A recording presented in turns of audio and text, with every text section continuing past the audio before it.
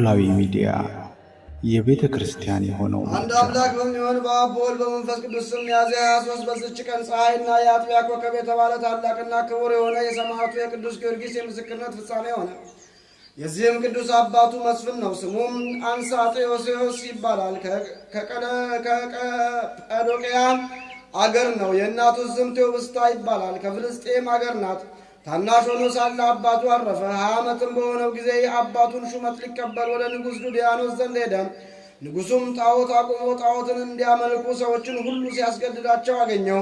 ይህንንም አይቶ ቅዱስ ጊዮርጊስ እጅግ አዘነ። በእርሱ ዘንድ ያለውን ገንዘቡን ሁሉ ለድሆች ለምስኪኖች ሰጠ።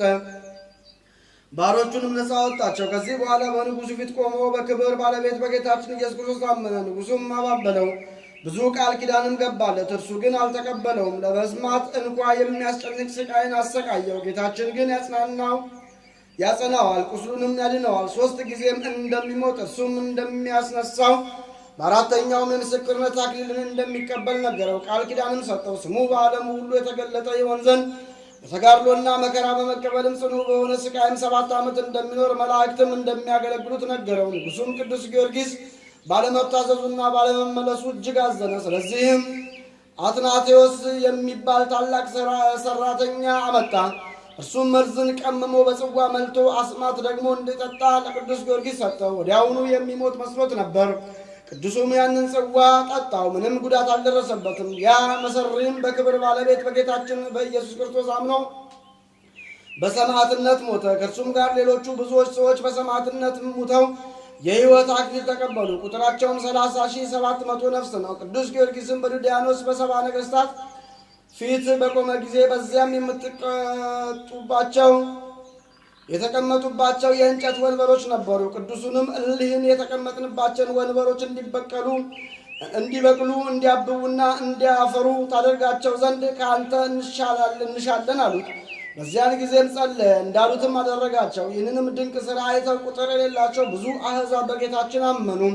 ከዚህም በኋላ ቅዱሱን ወስደው በጉድጓድ ብረት ምጣድ ውስጥ አበሰሉት። አቃጥለው አሳረውም ሥጋውን አጥንቱን ረጭተው አመድ አድርገው ከረጅም ተራራ ላይ በተኑት። ጌታችን ነፍሱን ወደ ሥጋው መልሷት ደግሞ አስነሳ። ወደ ነገሥታቱም ተመልሶ በክብር ባለቤት በጌታችን ኢየሱስ ክርስቶስም ሰበከ።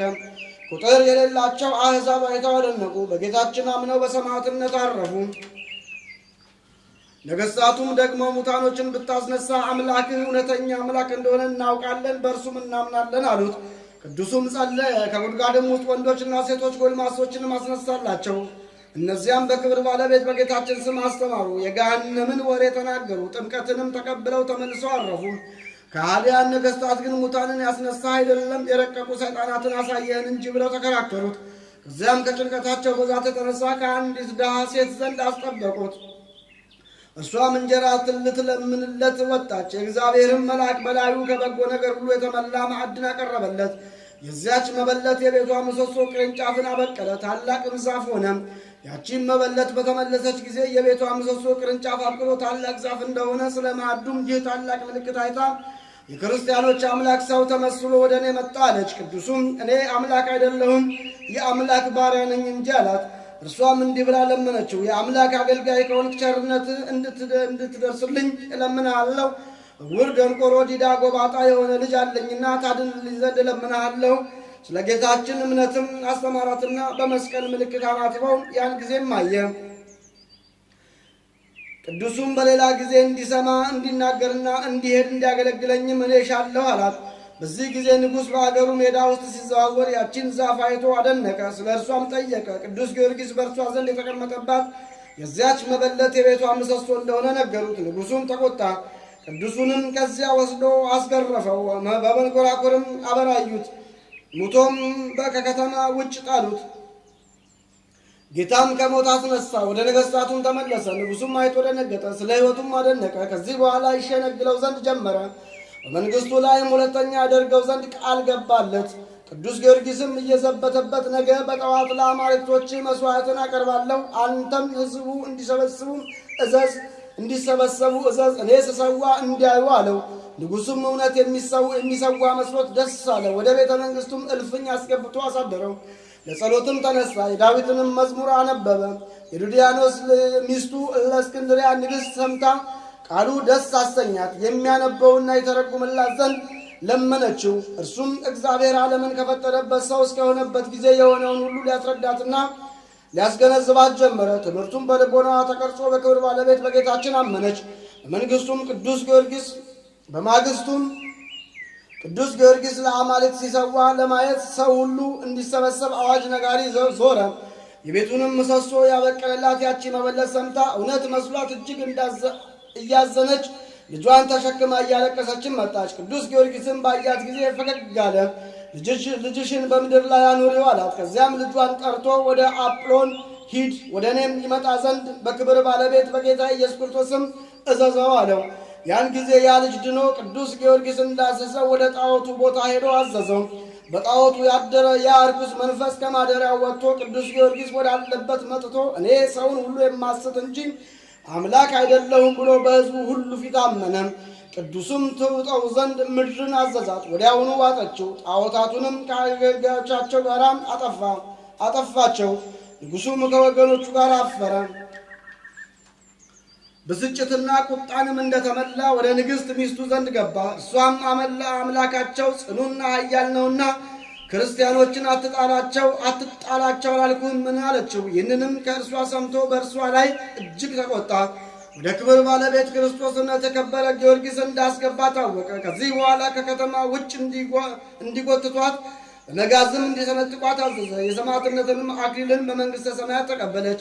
በዚያም ጊዜ ስለ ቅዱስ ጊዮርጊስ ሥራ ነገሥታቱ ሁሉም ደነገጡ። ኀፍረትን ደግሞ እንዳይጨመርባቸው ከእርሱም እንዲያርፍ ራሱን በሰይፍ ይቆርጡ ዘንድ እንዲጽፍ ንጉሥ ድድያኖስን መከሩት። ያን ጊዜም የክብር ጊዮርጊስ ራስ በሰይፍ ይቆርጡ ዘንድ አዘዘ። ድል አድራጊ ጊዮርጊስም እጅግ ደስ አለው። እሳት ከሰማይ አውርዶ ሰብአውያን ነገሥታት ያቃጥላቸው ዘንድ መከራውም ከክርስቲያን ወገን ጸጥ ይል ዘንድ ጌታችን ለመነው። ወዲያው እሳት ወርዶ ከሰራዊታቸው ጋር 70ውን ነገሥታት አቃጠላቸው። ከዚህም በኋላ የክብር ባለቤት ጌታችን ኢየሱስ ክርስቶስ ለቅዱስ ጊዮርጊስ ተገልጾ ብዙ ቃል ኪዳን ሰጠው። በምድር መታሰቢያን ለሚያደርግ ሁሉ እኔ ኃጢአቱን ሁሉ እደመስሳለሁ። በመከራም ውስጥ ሆኖ በባህርም ሆነ በየብስ ወይም በደዌ በስምህ የሚለምነኝ እኔ ፈጥኜ ከመከራ አድነዋለሁ። ይህንንም ጌታችን ተናግሮ በክብር ወደ ሰማይ ወጣ። ከዚህ በኋላ ራሱን ዘንበል አድርጎ በሰይፍ ቆረጡት። በመንግሥተ ሰማያት አክሊላትን ተቀበለ። ከአገልጋዮቹም የቀበሩ ሥጋውን ወስደው በልብስ ጠቀለሉት። ወደ ሀገሩ ልዳም ወሰዱት።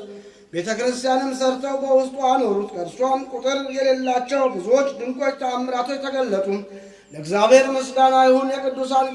የቅዱስ ጊዮርጊስን በረከቱም በረድኤቱ ሁላችን የክርስቲያን ወገኖችን ከሥጋ ከነፍስ መከራ ይጠብቀን ለዘላለሙ አሜን።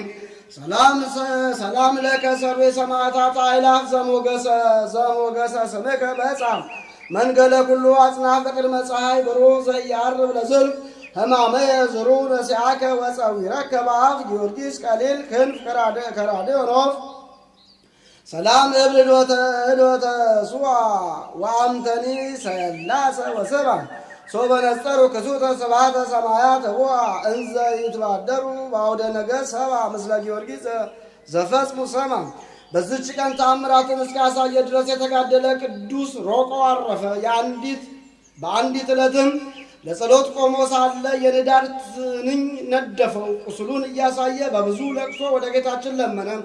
ያን ጊዜም የክብር ባለቤት ጌታችን ኢየሱስ ክርስቶስ በደመና ላይ ተገለጠለት። በአንጻሩም ቆሞ ወዳጄ ሮቆ አትፍራ፣ ላድንህ ወደ አንተ መጥቻለሁና ደግሞም የሮቆ አምላክ ኢየሱስ ክርስቶስ ከንዳድ በሽታ አድነኝ ብሎ በስምህ ለሚለምነኝ የንዳድ በሽታ በላዩ ላላመጣበት ከአንተ ጋር ቃል ኪዳን ላጸና መጣሁ።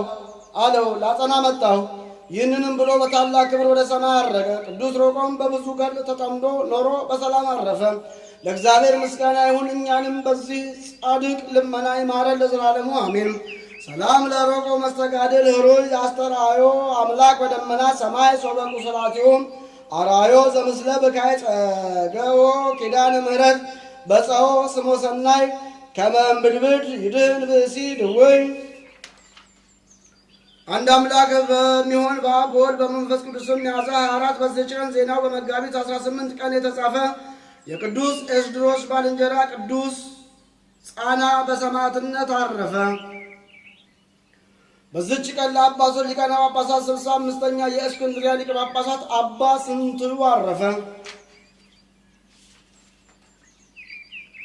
በዚች ቀን ደብረ ሲና የከበረችበት የአባ ይዝራ መታሰቢያቸው ሆነ። ክብር ጌትነት ለገንዘቡ ለሆነ ለእግዚአብሔር ምስጋና ይሁን፣ እኛንም በበረከቱ ይማረን ለዘላለሙ አሜን። ዛቅረብኩ ማለት አይዘክር አይላፈ ምን ጸመንኩ ዘልፈ ለላነብ ተወከፍ ዘንደተ መጻፈን ተረሰይ ከግዚኦ ጠሪቀ መበለት ወቆፈ እምላቡ ቡላን ዘተርፈ ነቢያት ቅዱሳን ሐዋርያት ሰባክያን ሰማዕት ወጻድቃን ወመላእክት ትጉሃን ደናግል አዲ ወመነኮሳት ሄራን ባርኩ ባርኮ ጉባኤ ዛቲ መካን እስከ አረጋዊ ልሂቅ ወንዑስ ሕፃን ለዘጻፎ በክርስቶስ ወለዘጻፎ እንዘ ይደርስ ለዘአንበቦ ወለዘተርጎሞ በልሳን አዲስ ወለዘሰማ ቃሎ በዝነ መንፈስ በጸሎተሙ ማርያም አራቂተ ኩሉ እምባይስ ህቡረ ይማረነ ኢየሱስ ክርስቶስ።